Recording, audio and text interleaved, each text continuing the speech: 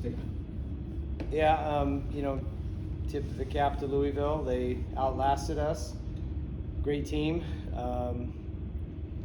And we just, we didn't, obviously we had our chances. Made the leadoff hitter on almost felt like almost every inning. It was almost every inning, 8 of the first 9 innings. Maybe even 9 of the first 10. And just didn't capitalize on our scoring opportunities. We've been really good capitalizing on our scoring chances, and for whatever reason, it was just a really, really bad day of cashing in when we had chances, and we had tons of chances. So we have no one to blame but ourselves.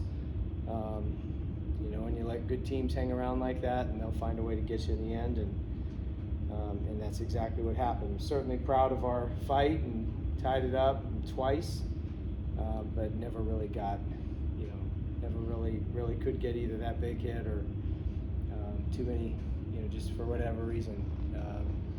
It's one of those ones as a coach, you dissect that game and should have bunted, shouldn't have bunted, should have stole, shouldn't have stole.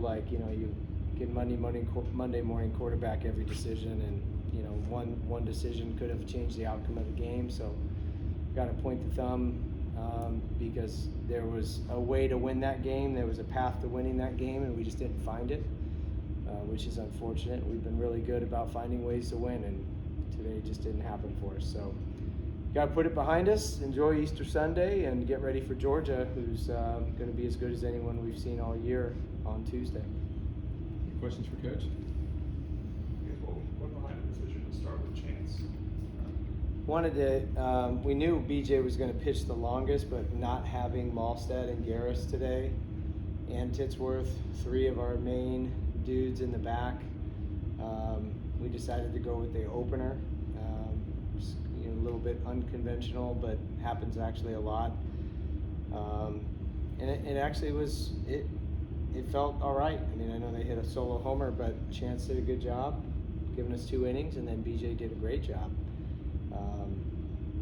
We just too many free passes in the later extra innings that ended up costing us. But the opener to BJ, I think BJ loves that bullpen hybrid role, that he thinks of himself as a bullpen guy.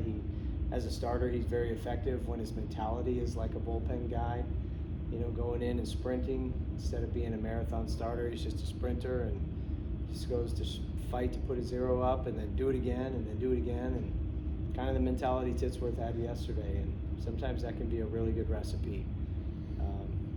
So we may do that again. I don't know. We may open with Fitz. We may open with somebody else if we had to use Fitz in the first 2 days of the weekend. So I do like that, the ability to have that flexibility, knowing that BJ, is pretty versatile and very valuable. But it certainly felt like, we were in a position from a pitching and defensive standpoint to do what we needed to do to win the game. It's just today was just didn't get it done when we had chances to score offensively. Have you ever been part of a game where you left the bases loaded 3 times? It felt like we left the bases loaded every time. And you could feel it early on in the first 4 innings. We were not capitalizing, and sometimes the guys, start pressing. But no, that was one of the weirdest, funkiest games I've been a part of. And you hate to be on the wrong side of it, but at the end of the day, you can't really place blame anywhere except ourselves. And then, you partly maybe have to give credit to the other team. They got a roster filled with star players, good pitchers. You saw how many pitchers they used today. They can mix and match. They're a very dangerous team, very good team, very well coached team, veteran coaching staff. So it's not all that we blew it. I mean, they took advantage of a lot of our mistakes, and we had some mental mistakes today too. Coach, with winning another conference series, but then tough loss today, and then gear up for another top 5 matchup, what would you overall state of Clemson baseball right now as far as where you guys are? I mean, it's hard for me to put a big positive spin on it right now because I'm pissed we lost, but I think we're in a pretty good spot. I mean, we played like crap today, but we don't have any, we've got great kids, we have good players, we're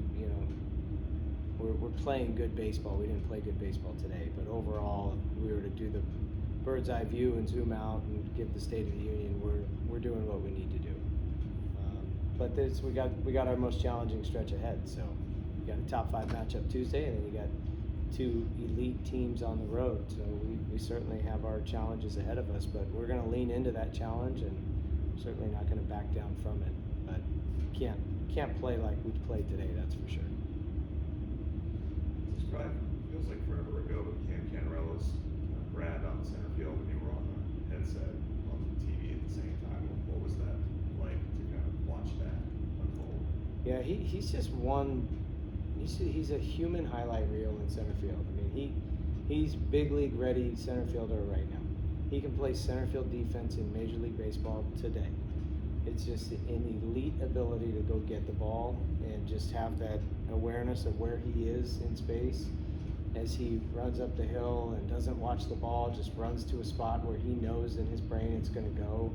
There's not very many people on planet Earth that can do that. Most outfielders, when they run, they watch the ball, and there's a very select few that see the ball hit off the bat, turn their head, put their head down, get to full speed, run to a spot, turn around and catch it, or be able to navigate a hill and get full extension and 4 feet, 5 feet up over the top of the fence to bring it back. I mean, he does that in practice all the time, and it's just fun to watch.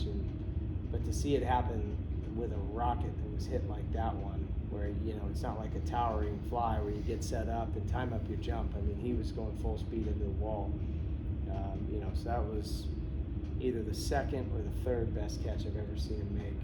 The one he made at Cal was, that was second or third. Today was second or third, but nothing tops the Florida catch. I mean, that's just like out of this world type stuff. The stakes of that game. But yeah, he's a freakishly good center fielder who can play center field with anyone on planet Earth right now, in my opinion. But I think I share the opinion of a lot of people with that. Was Darden not available this weekend? No, he's a little tender, and I don't think it's anything serious, but just more of when guys have soreness, you just want to be precautionary, and so it was just a precautionary skip start. We've done it with guys in the past, and we're certainly going to need him down the stretch, and so didn't want to overdo it by using him when he was a little bit tender. So we had him skip his start, but he would have been a good one to have out there today for sure. Coach, I'm sure you've spoken about this before since you started earlier this season, but the military tradition after the 4th inning, how did you come up with that, and then what do you hope the effect it has on your guys, and then the effect it has on all the military members there? Thank you. We got it from the Savannah Bananas when we played in the game with them in November. They do that, and patriotism being a core value of this university, my personal background with the military, how we stand for the anthem in our program forever, and just putting all of that together, those values aligned. This is the perfect school to send our players up into the crowd, and just knowing that not only is this such a military friendly school, but just the firm belief that anytime you can recognize veterans and salute our servicemen and women for sacrifices that they've made and contributions that they've done to allow us to play baseball in a free country. I mean, it's just such a no-brainer.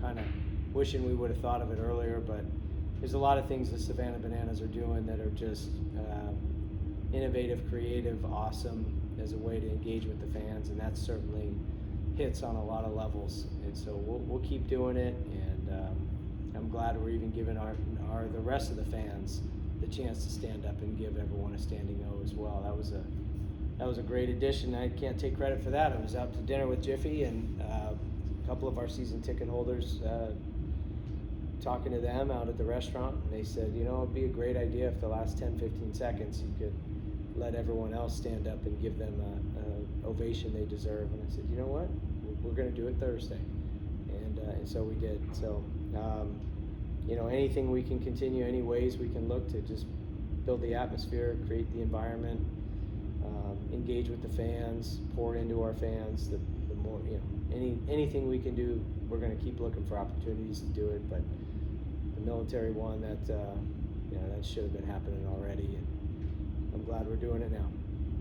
You mentioned Georgia a minute ago. Have you gotten to watch much of them this year, or scouted them much? Just not broken down video. Just follow along, just with, you know, the who's who of college baseball, and seeing the top 10 teams, top 5 teams, top 25 programs, and just, you know, they get a lot of coverage, obviously. So, and them being, you know, an hour and a half away, obviously here, we recruit against them all the time. Or, you know, had a 14-inning marathon game with them last year, and or was it 15 innings, even worse.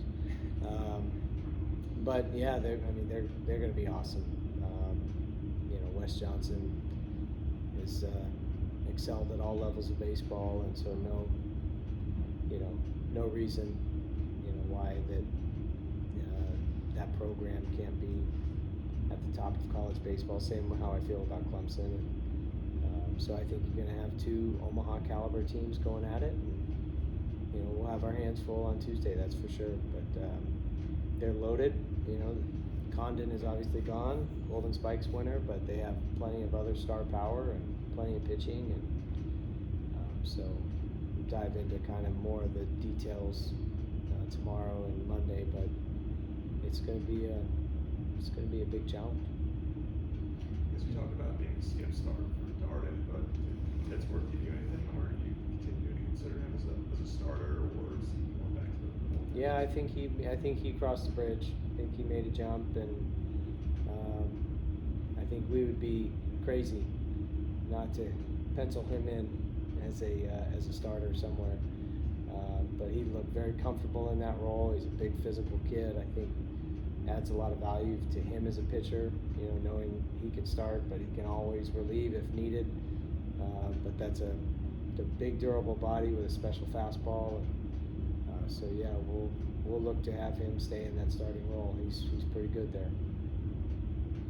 I guess just lineup wise, I know you said you're doing basically what you need to do. So just kind of getting guys across. Is there anything you look at and say, like, to get over the hump today that do better? Well, I mean, yeah, I would look more at myself, like, you know, was I aggressive enough? Like, when in doubt, be aggressive. You know, so we typically are pretty good about when we put on plays, being able to execute them. But you know, we didn't get some bunts down. We missed a squeeze. We got picked off. We just had a few errors today that, you know, aren't typical of our offense. And so, you know, I'm hopeful that was just a fluky bad day for us.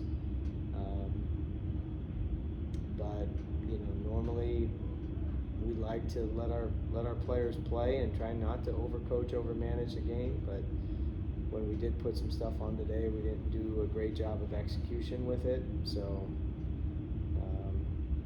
you know, and again, that's may mean we need to rep it more. We need to practice it more. I should have explained it better. There's a million reasons I can look in the mirror and say I could have done a little bit better today to help us win. But I don't know if it's going to help anything. Was that supposed to be a squeeze play when Verify came on? That was a squeeze play, yeah. Just sometimes that happens. A hitter will just kind of freeze in the box and not square around, not bunt. But I think it would have worked. I think that would have been a cool play. You know, it felt like we needed to do something like that because the scoring was hard to come by, so we had to press the game a little bit. But you know, JJ then came up right away next at bat, delivered a huge clutch 2-out RBI single, so made up for it. But yeah, it was it was just kind of fluky stuff like that today that very uncharacteristic of us as an offense when we've been so good cashing in those scoring opportunities.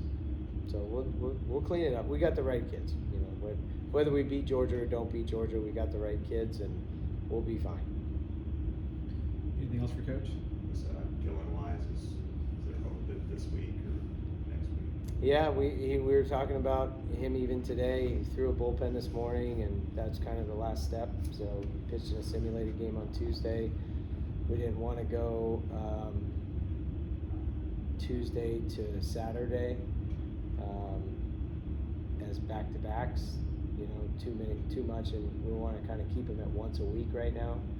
So with his bullpen day being today, could see him potentially against Georgia, possibly, you know, ready for NC State if not.